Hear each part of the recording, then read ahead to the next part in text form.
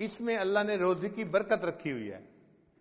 چنانچہ جو بندہ چاشت کی نماز پڑھتا ہے اللہ تعالیٰ اس کو برکت والی روزی عطا فرما دیتے ہیں. اب بہت سارے لوگ اپنے دفتروں کی وجہ سے یہ لمبی نماز تو نہیں پڑھ سکتے، مگر کم از کم 2 رکعت تو پڑھنی چاہیے، انٹری تو ہو جانی چاہیے. بلکہ فقہا نے تو یہاں تک لکھا ہے کہ اگر یہ بندہ دفتر میں اتنا مصروف ہو جاتا ہے کہ وہاں اس کے لیے نفل پڑھنا ممکن نہیں ہوتا، تو اشراق کے وقت میں 2 رکعت نفل اشراق کی نیت سے پڑھ لے اور 2 رکعت نفل چاشت کی نیت سے پڑھ لے، اللہ اس کو بھی قبول فرما لیں گے. تو اشراق اور چاشت تو اس طرح ہو گئی. پھر اس کے بعد تیسری نماز ہے جس کو صلاۃ اوابین کہتے ہیں. وہ مغرب کے بعد 6 رکعت پڑھنی ہوتی ہیں نفل، مغرب اور عشاء کے درمیان میں. کوئی مشکل نہیں، اگر انسان ہمت کر لے تو پڑھ سکتا ہے. 6 رکعت نفل پڑھنے پہ 5 منٹ لگتے ہیں یا 6 منٹ لگتے ہیں. لیکن اجر پتہ ہے کتنا؟ حدیث پاک میں ہے کہ جو بندہ اوابین کے 6 رکعت نفل پڑھتا ہے اللہ اس کو 12 سال کی عبادت کا ثواب عطا فرما دیتے ہیں. 6 رکعت پڑھنے پر 12 سال کی عبادت کا ثواب ملا تو سوچئے یہ کتنا بڑا انعام ہے.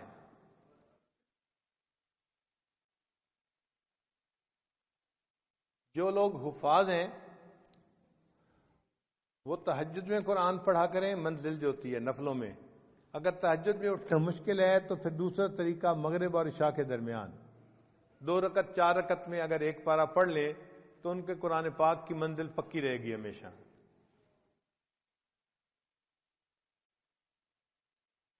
اور رات کی نماز کو تہجد کی نماز کہتے ہیں. تو گویا 5 فرض نمازیں ہوئیں اور 4 نفل نمازیں ہوئیں، اشراق، چاشت، اوابین، تہجد. تو جیسے عام لوگ 5 فرض نمازوں کا اہتمام کرتے ہیں، جو سالکین ہوتے ہیں ان کو 9 نمازوں کا ایسے اہتمام کرنا چاہیے. ان کے لیے یہ 4 نمازیں بھی محبت کی بنا پہ فرض کی مانند ہوتی ہیں نفل نمازیں، لیکن محبت کے میدان میں وہ اس طرح اس کو ادا کرتے ہیں جیسے فرض ہوتا ہے. پھر اس کے بعد بھی کچھ نمازیں ہیں. انسان جب وضو کرتا ہے تو تحیت الوضو 2 رکعت نفل پڑھنے وہ بھی مسنون ہے.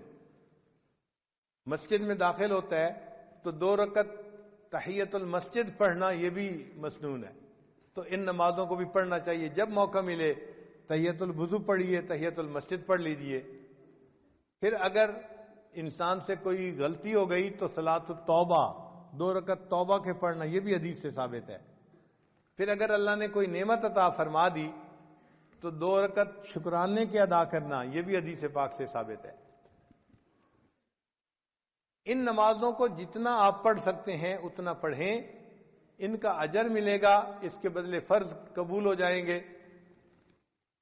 اور قیامت کے دن اللہ تعالیٰ بندے کو نبی علیہ السلام کی رفاقت عطا فرمائیں گے اور اونچا مرتبہ عطا فرمائیں گے.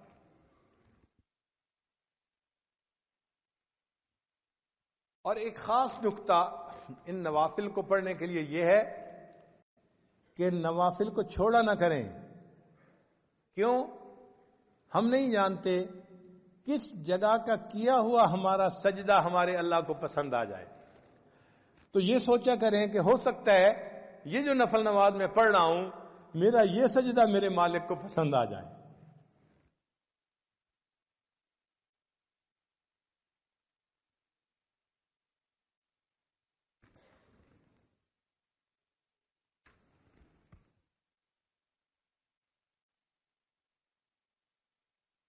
علامہ اقبال نے کہا واقف ہو اگر لذت بیداری شب سے، واقف ہو اگر لذت بیداری شب سے، اونچی ہے ثریا سے بھی یہ خاک پر اسرار. یعنی یہ خاک کی مٹھی انسان جو ہے یہ ثریا سے بھی اونچا چلا جاتا ہے. اللہ تعالی ہمیں بھی بیداری شب کی لذت عطا فرمائے. تیری محفل بھی گئی، چاہنے والے بھی گئے، شب کی آہیں بھی گئیں، صبح کے نالے بھی گئے۔ ایک وقت تھا کہ نوجوان رات کے آخری پہر میں اٹھتا تھا، اللہ کی محبت میں آہیں بھرتا تھا اور اللہ کے سامنے اپنی فریاد بیان کرتا تھا۔ آج راتوں کو اٹھنے والے بہت تھوڑے ہو گئے۔ اس قحط الرجال کے دور میں دلوں میں یہ نیتیں کیجئے کہ ہم ان نوافل کو باقاعدگی سے پڑھیں گے اور تہجد کو پابندی کے ساتھ پڑھیں گے اور اللہ کی عبادت کریں گے، اپنے اللہ کو منانے کی کوشش کریں گے۔ اللہ تعالی ہمارے معاملات کو ٹھیک کر دے اور ہمیں اللہ تعالی اپنے مقبول بندوں میں شامل فرمائے۔ وآخر دعوانا ان الحمد للہ رب العالمین۔